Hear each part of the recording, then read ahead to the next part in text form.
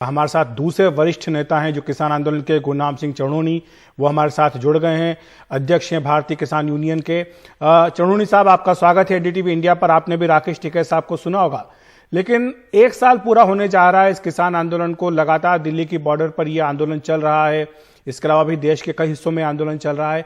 आखिर कब तक किसान जो है वो इंतजार करेंगे? क्या जो तरीका अपनाया जा रहा है आंदोलन का, उससे आप सहमत हैं?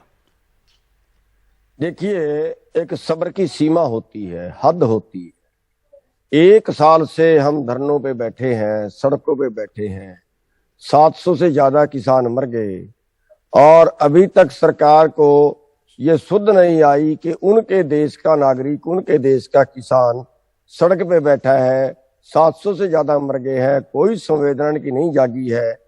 तो अब जो है फिर हमने फैसला किया है कि अब 29 तारीख को संसद कूच करेंगे। लेकिन चढ़ूनी साहब, संसद कूच करने के तो कई ऐसे संगठन हैं जो बार बार इस तरह का कॉल देते रहे हैं, लेकिन सब जानते हैं कि संसद कोई पहुंच नहीं पाता है। हाई सिक्योरिटी जोन है, वहां पर सुरक्षा के कड़े इंतजाम होते हैं। आपको तो बल्कि बॉर्डर भी पार नहीं करने दिया जाएगा, कम से कम पुलिस की यह कोशिश रहेगी। तो ऐसे में आप लोग क्या करेंगे? चलो जेल में ले जाएंगे, वो पकड़ के जेल में ले जाएंगे। हम तो जाएंगे, वो पकड़ लेंगे, हम जेल में चले जाएंगे, जेल में बैठ जाएंगे। वो भी आंदोलन होता है, वो तो उनकी मर्जी है। अगर वो जाने देंगे तो वहां पे बैठ जाएंगे और लगातार जब तक सेशन चलेगा तब तक रोजाना जाएंगे। और अगर वो ये है कि हाई सिक्योरिटी जोन है, वहां पे ऐसे लोग रहते हैं जिनको देश के नागरिकों से खतरा है और देश के नागरिक कोई ऐसे खूंखार हैं जो उनको नुकसान पहुंचा देंगे, तो फिर वो हमें गिरफ्तार कर लेंगे, जेल में ले जाएंगे। हम जेल में जाके बैठ जाएंगे, तब तक सेशन चलेगा तब तक जेल में रहेंगे। लेकिन चढ़ूनी साहब, ये जो खबरें आई हैं कि कल जो बैठक हुई, इसमें जो ये तरीका अख्तियार किया गया कि 500 किसान जो है वो ट्रैक्टर लेकर के जाएंगे, इस तरीके से सुना है कि आप सहमत नहीं थे। आपको लगता था कि ये तरीका ठीक नहीं है, बल्कि अब तो समय आ गया है कि सारे किसानों को संसद भवन की ओर कूच करना चाहिए एक साथ। देखिए, मीटिंग में सहमति असहमति एक आम बात होती है। किसी भी मीटिंग को, कोई चाहे परिवार में भी कोई राय करनी हो, सहमति असहमति बनी रहती है। ये अंदर की बातें होती हैं, ये बाहर की बातें नहीं होती। मीटिंग में तो हो सकता है बैठ के लड़ते भी हों, लेकिन बाहर का जो हमारा आंदोलन है, आंदोलन तो हम सबका इकट्ठा है ना। लेकिन इस तरह के नारे लगना, राकेश टिकैत के खिलाफ आपके ग्रुप के लोग नारे लगा रहे थे कि ये सरकारी किसान है, सरकार के एजेंट है। ये क्या नारे लगाना किसानों की एकता के लिए ठीक है? हमारे ग्रुप के किसी आदमी ने नारे नहीं लगाए, और वो आम लोग कोई हो सकते हैं नारे लगाने वाले। हमारे ग्रुप के लोगों ने जो है, मतलब अगर ये कहना चाहते हैं कि वो टिकैत के खिलाफ थे, टिकैत के खिलाफ नारे लगा रहे थे, ऐसा कुछ नहीं है। हमारा आंदोलन हमारा इकट्ठा है। लेकिन ऐसा माना जा रहा है कि जो हरियाणा के किसान हैं जो लगातार इस आंदोलन में टिके हुए हैं, उनकी बात नहीं मानी जा रही है और इस आंदोलन को हाईजैक कर लिया है दूसरे क्षेत्र के किसानों ने। और ऐसा माना जा रहा है कि इस आंदोलन को अब जाति के आधार पर बांटने की कोशिश की जा रही है। देखिए, बीजेपी तो जातिवादी धर्मवादी हमेशा से रही है, उस पर बांटने की कोशिश करती है, लेकिन परमात्मा ने इस आंदोलन को अभी तक बचाया हुआ है और आंदोलन अच्छा चल रहा है, बढ़िया चल रहा है। और उम्मीद है कि हम इस आंदोलन को जरूर जीतेंगे और हम इकट्ठे जो है वो काम कर रहे हैं। कोई फ्रैक्शनबाजी आपस में नहीं है, वो किसी ने गलतफहमी है कहीं जहां भी। ठीक है चढ़ूनी साहब, दूसरी बात आपके बारे में कही जाती है कि आप खुद ये चाहते हैं कि जो पंजाब के विधानसभा चुनाव आने जा रहे हैं, इसमें किसानों को चुनाव मैदान में उतरना चाहिए ताकि दूध का दूध पानी का पानी हो सके।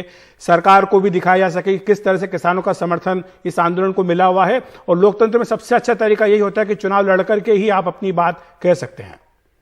हाँ, ये मेरी विचारधारा है। संयुक्त मोर्चे की विचारधारा अभी तक ये नहीं बनी है और मेरी विचारधारा ये है कि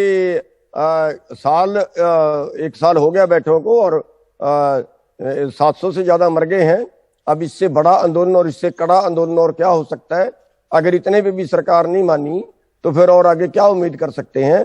और अगर 5 जून 2000 से पहले की भी स्थिति लाए, ये कानून वापस भी हो जाएं, तो भी हम ये कानून लागू होने से पहले कोई किसान सुखी नहीं था। उसके पहले भी पिछले 20 सालों में 3.5-4 लाख किसान सुसाइड कर चुके हैं आर्थिक तंगी के कारण, कर्जे के से दब के। तो किसान की हालत अति माड़ी है और जो किसान को लूटा गया है या पूरे देश के आम नागरिक को लूटा गया है और कंपनियों के हवाले देश को किया जा रहा है, ये कोई अंग्रेज नहीं कर रहे हैं, अब अंग्रेजों का राज नहीं है। अब तो हमारे आपने देश सड़कों पर भी आपने आंदोलन करके देख लिया, उस पर आपको अपना नतीजा नहीं मिला, तो क्या आप चाहते कि चुनाव की लड़ाई भी लड़ी जाए? हाँ, क्या आप चुनाव हाँ, लड़ना चाहते हैं? जी बिल्कुल बिल्कुल, मेरी जो राय है वो चुनाव बिल्कुल लड़ना चाहिए और शुरुआत पंजाब से करनी चाहिए।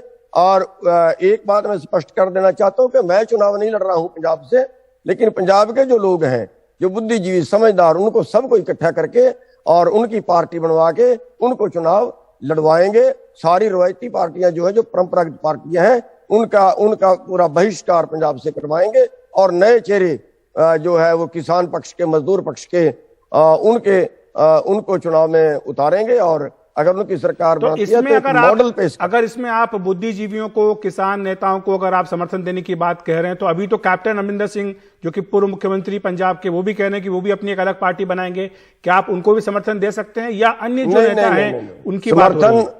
समर्थन किसी को देने की बात हमने नहीं की है। हमने सबको इकट्ठा करने की, जो पंजाब के बुद्धिजीवी, आंदोलनकारी, समझदार, समाज सेवी, इन सबको इकट्ठा करेंगे जो देश की चिंता रखते हैं, जिनके मन में राजनीतिक लालसा ना होने की बजाय सेवा भाव हो। जी, एक दूसरा प्रश्न करेंगे। और जी दूसरा प्रश्न चरौनी साहब, उत्तर प्रदेश को लेकर के, चूंकि राकेश टिकैत जो है काफी ज्यादा सुर्खियों में रहते हैं और उत्तर प्रदेश का चुनाव भी सिर पर खड़ा है। लखीमपुर खीरी में जो घटना हो, इसके बाद ये कहा गया कि राकेश टिकैत ने वहां पर बहुत जल्दी हथियार डाल दिए, जो किसानों को न्याय दिलवाना चाहिए था उसमें उन्होंने अपने कदम बहुत जल्दी पीछे खींच लिए। क्या आप इस बात से सहमत हैं? देखिए, ये तो उनको पता होगा, मैं वहां पे नहीं था और मेरे तो वहां पे जाने नहीं दिए गए। मेरे को उसी दिन मेरठ में गिरफ्तार कर लिया गया था और उसके 2 दिन बाद जाने की कोशिश की थी, तो भी रात को 1:30 बजे मेरे को रास्ते में रोक लिया गया था और वेशभूष बदल के बहुत मुश्किल से आगे तक पहुंच पाया था। तब तक वहां से मेला बिछड़ चुका था और इसका तो राकेश जी को पता होगा, उसके बारे में कोई टिप्पणी नहीं करना चाहता। लेकिन हाँ, हम 14 तारीख को अपने ग्रुप की तरफ से और कुछ और ग्रुप साथ में है, जो किसान मजदूर एक फेडरेशन बनाई है, किसान मजदूर फेडरेशन, उसमें 25-30 संगठन इकट्ठे हैं तो अलग अलग राज्यों से। तो हम एक रैली कर रहे हैं किसान न्याय पंचायत खीरी में,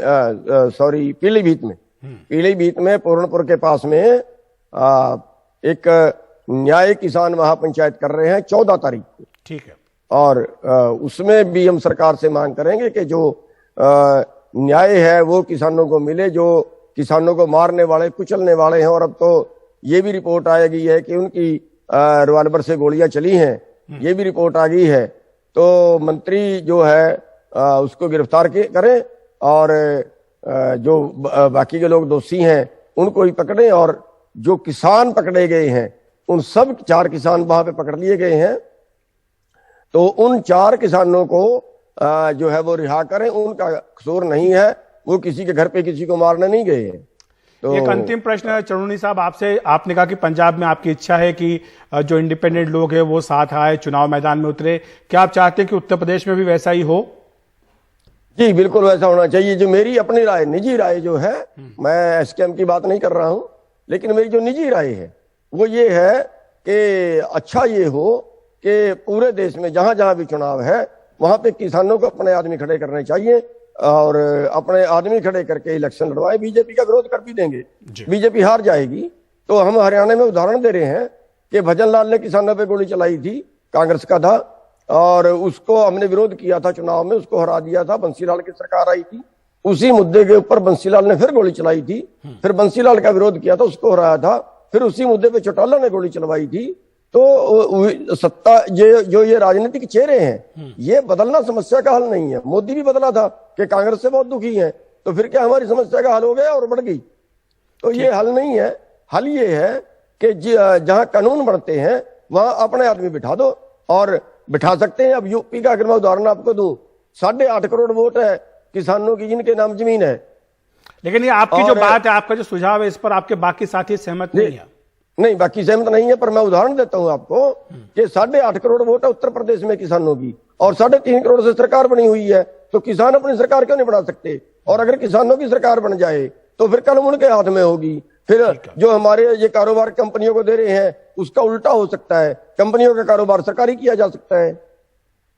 ठीक है, शुक्रिया हमें आपका आंदोलन के गुरनाम सिंह पावर चढ़ूनी साहब। आपसे एनडीटीवी इंडिया से बातचीत करने के लिए बहुत बहुत धन्यवाद। समझाने के लिए विस्तार से कि किसान आंदोलन की आने वाले समय में क्या भूमिका होने जा रही है। 1 वर्ष का कार्यकाल पूरा होने जा रहा है इस आंदोलन का, और ऐसे में जाहिर सी बात है कि किसानों के भीतर जो एक तरह की निराशा, हताशा है वो भी बढ़ने लगी, और शायद इसीलिए फैसला किया गया है कि इस आंदोलन को आने वाले समय में ज्यादा तेज किया जाए।